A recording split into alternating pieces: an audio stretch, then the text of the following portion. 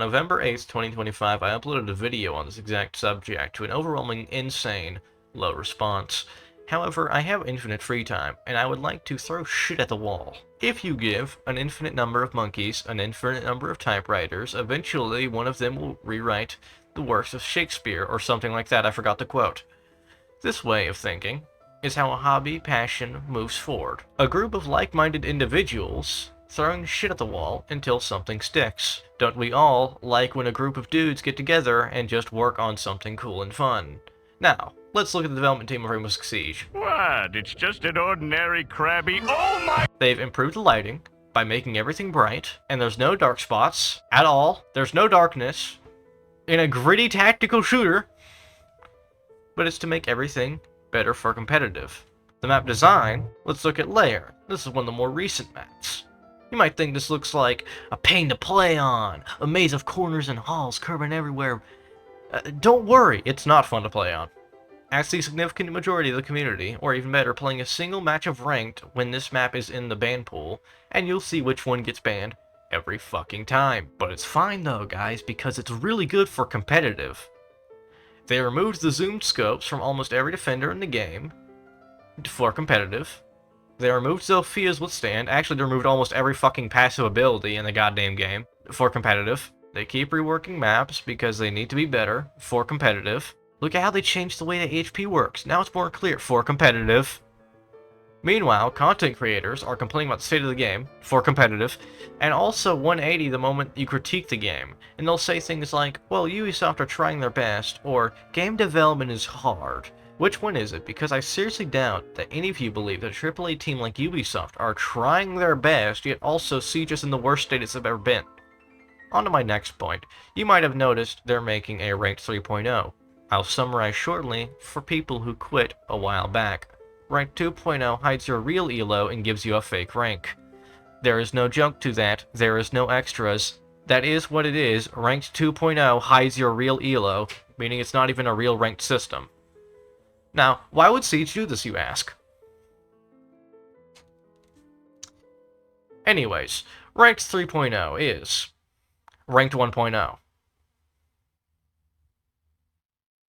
People are praising this change, despite the fact that it is not a change, it is a reversion. It is an admission that they are idiots and their choices are retarded. But don't worry guys, next season they will be doing great things like adding cool microtransactions so you can spend more money, and they'll also be putting Favela into the ranked pool. What?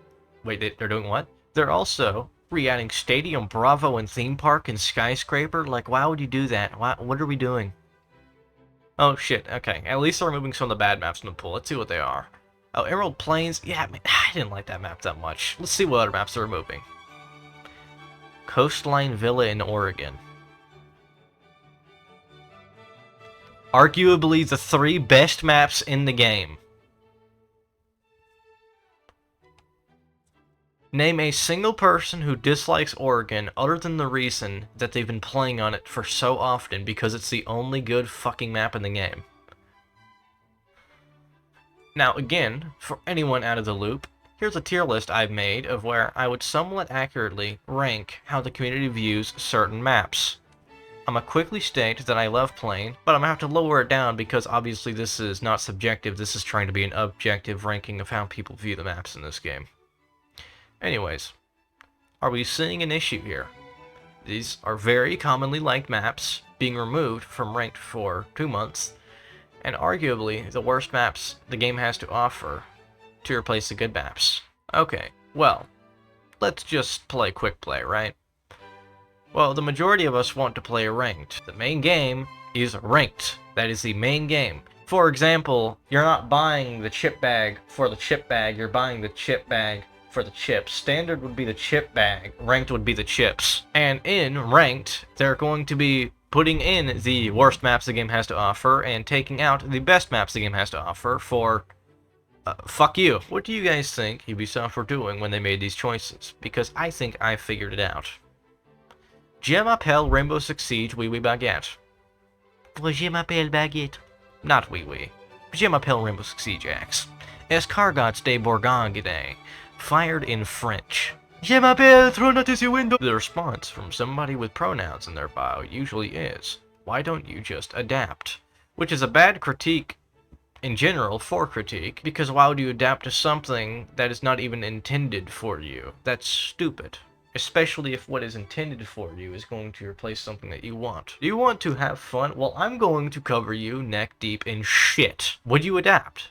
No. No, you're not going to even let me sit you neck deep in shit in my last night's Taco Bell in stinking liquid diarrhea because that's stupid. Why would you do that? You're not going to adapt to that. So why am I like Adolf Hitler for not liking a fucking video game map, you know? And really, that's the main issue, why this game sucks now. And let me provide an example of what I'm trying to communicate.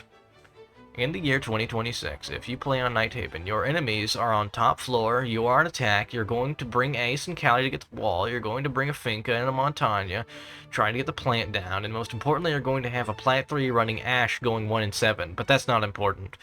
This is how you play top floor Night Haven on defense. They're going to bring Kaid for walls, me for drones, Docker Rook for the HP, a castle, and a Warden who will die first going 1 and 7, but that's also not important. This is how you play. This is Simon Says. This is top floor Night Haven. You will do this every round on top floor Night Haven. Now again, to prove this is not just a nostalgia thing, in the year 2026, the least balanced map in the game, Plane. How many times have they changed anything about Plane? And yet, Plane still plays like old Siege. Because it's not trying to be Simon Says, it's not trying to be competitive. It knows it's a stupid map. It's a long map, it's not a competitive map. And this is why people like old Siege. This is why they like the old style of maps. Or at least people who play to have fun and not the fucking content creators or esports pros. This map feels like a shitpost. It feels like one of those experimental map layouts you would see in Far Cry's map editors. Shout out to the people who uploaded these 70,000 Yeti pit maps. If you know, you know, I hate you. And that's why it works so well, because if you ask anyone the best way to play basement on Plane, you're going to get a different response every single fucking time. Open it all up, keep it all closed, lock mirror in the hidden room, barricade, no don't barricade, shit yourself, de-shit yourself. There's no right way to do it. And the problem with droning, why drone to begin with on maps X, Y, and Z? You know, this map, that everybody plays for competitive reasons. If you know the site, you know what they're doing, you know what operators they're playing, you know where they're going, who's gonna be roaming, you know all that. You don't need to drone, okay? On Plane, you need to drone to even grasp what the hell your enemies are possibly up to. I mean, shit, look at the fucking spawn peaks on this map. Fun, round-changing fights. The enemies have a lot of view of the spawns, however, there's a couple of spawn peaks they could be at. Not many of them, though. They're pretty exposed, easy to kill, but you're also pretty exposed, easy to kill. This really shows the way of old Siege balancing. Everything feels like it was designed to be a glass cannon, even down to, as I just mentioned, the spawn peaks. So what I'm trying to say here is the reason why us older fans of the game want the older stuff, it's not good because it's old, it's because the older stuff was directed to us. We liked playing a tactical shooter, and now you look at a game and it's a competitive shooter. You look at Plane, that's tactical. It's not necessarily fair or competitive, but it's definitely tactical. Some people still don't know the difference, so let me explain in a scenario for you bugmen out there. You have an objective. Your objective is to grab a snack. However, you're in a tense fight in a Roblox War Tycoon match after scamming a child for his rare vehicle. The competitive player will spend hours in preparation for this moment. Each day he spends an hour bolting back and forth between his room and the kitchen. The tactical player will use strategy, and he'll bring chips in his room before the gaming session starts in preparation. One used constant practice to make small improvements for his mechanical skills. The other used his brain to prepare for an intense situation like Roblox War Tycoon. Now let's compare tactical players to competitive players in Siege. I bet if I keep my nitro right down here, I could stop the plant from happening. Recoil control. Now, I'm not saying you have to be a strategic mastermind. I'm definitely not saying I am one, provable by my statistics. What I am saying is that when you glorify a competitive mechanical skill like aim, reaction time, hard cheats, any of that stuff, or multiple of them combined, you're missing the entire point of why this game even had players to begin with and who it was targeted to. Look at the marketing, for fuck's sake. In this game, you have to use your brain. When your 1 in 7 Ash main teammate starts screaming into the mic that his team sucks, do you think he was using his brain? I think the majority of us would prefer the 1 in 7 Rook main, even if the Ash was getting frags. Now let's go back to playing and this sort of concept right here. In a tight, straight corridor, who's winning a gunfight? A guy using cover with bad aim, or a guy rushing forward in the open with good aim? I don't care how good your aim is, 9 times out of 10 you're losing to the guy with good cover. If you're sprinting down a small hallway, you're easy prey for somebody who knows how to use cover and concealment, especially if you're sprinting by the time the P90 suppressor dock has started firing. And this is why playing still plays like old Siege, because when an entire map is a straight fucking corridor, your mechanical skills mean nothing, it's pure strategy.